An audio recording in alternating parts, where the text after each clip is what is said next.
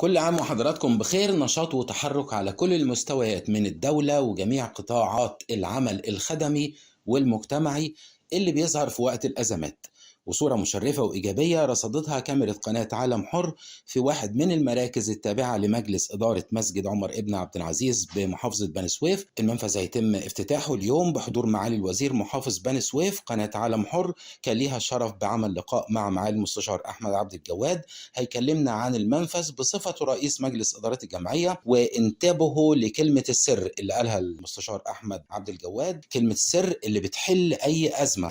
منفذ البيع تبع مجلس إدارة مسجد عمر بن عبد العزيز في بني سويف. طبعا المجتمع المدني لازم يكون عايز اعرف دور في اي ازمه او في اي مرض بتمر به الدوله. طبعا احنا عارفين ان الاطار العالمي اللي احنا بنمر بيه والازمه العالميه اللي بنمر بيها اثرت على الاسعار في بعض جشع بعض التجار، يعني برضه الدنيا. فاحنا يعني كمساهمه المجتمع المدني بنعمل منفذ مثلا للبيع زي المنفذ ده. دايما احنا بقالنا اكتر من 6 سنين في المناسبات بنعمل الكلام ده، مش اول مره. بنوفر مكان للتاجر، فبالتالي بننزل السعر. ده الشق الثاني ان احنا بنجيب احنا البضاعه من المصانع بسعر تكلفتها. طبعا احنا مش بنهدف للربح، التاجر عايز يربح، فاحنا بنوفر له المكان وبنحط هامش ربح هو بيحسبه وبنسيبه. احنا بننزل بقى بعض البضاعة زي اللحوم وبعض الرز.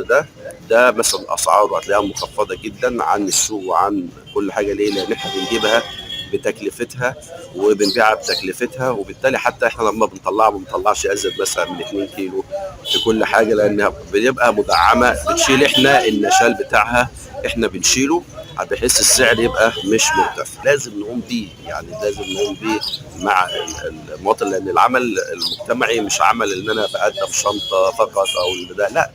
العمل المجتمعي عمل كامل وشامل في جميع النواحي وفي جميع الاطار اللي بنمر بيها. يعني كل واحد بصفه عامه، مش التجار فقط، لان هي سلسله. ده بيغلي لان ده غلى، لان ده غلى. للاسف الشديد الانسان لازم يتقي ربنا ويتاجر مع ربنا. اي انسان بقى في عمل، مش في التجاره بس.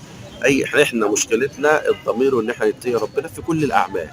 لو اتقينا ربنا في كل اعمالنا هينصلح حالنا، وكل واحد هيراقب ربنا في مطعمه وفي مشربه وفي عمله بصفه عامه في كل حال. وحتى مش هتلاقي اللي احنا فيه ده. اللي احنا فيه ده بسبب بعدنا عن ربنا، اللي احنا فيه ده بسبب ان احنا بتموت فينا الانسانيه. لكل راجل اعمال، لو كل تاجر مع ربنا، هنقول له تعالى تاجر مع ربنا، مش هتلاقي زياده الاسعار دي خالص. حتى لو زادت الاسعار ورجال الاعمال مثلا او كل من معه ربنا رزقه ووسع عليه تاجر مع ربنا حتى في الشهر ده، سواء بالانفاق او سواء بتدعيم الدنيا، يبقى هيكون رابحه ربح كبير جدا مع ربنا مش في الدنيا. دعوة جميلة من حضرتك مع المستشار. فعلا التجارة مع ربنا هو ده الربح. بنشكر حضرتك والعمل الخدمي اللي بتقدمه لبلدك، ربنا يتقبله أولا، ودعواتنا لحضرتك ولكل القائمين على المشروع. تشرفنا بحضرتك وتشرفنا ان انت بتعكس الايجابيات. لازم ننشر الايجابيات، تمام، لان العمل ده مش انا بس، لا، ده عمل مجلس الاداره كامل. والعمل ده معلش مش للمجتمع، ده لينا احنا، لان ده هو اللي هينفعنا يوم لا ينفع مال ولا بنون. ده اللي هينفعنا يوم القيامه، ان احنا لازم نقف مع بعضينا ونعضد بعضنا البعض ان شاء الله. كل سنه ومعاليك طيب. وحقيقه انا تشرفت بحضرتك، واجهه مشرفه للقضاء المصري والمصر كلها. شكرا يا فندم، شكرا. اسعار المنفذ نفس الاسعار ما قبل الازمه، وجميع السلع موجوده ومتوفره وفي متناول اقل مواطن. اتفضلوا روحوا المنفذ، وكل عام وحضراتكم بخير.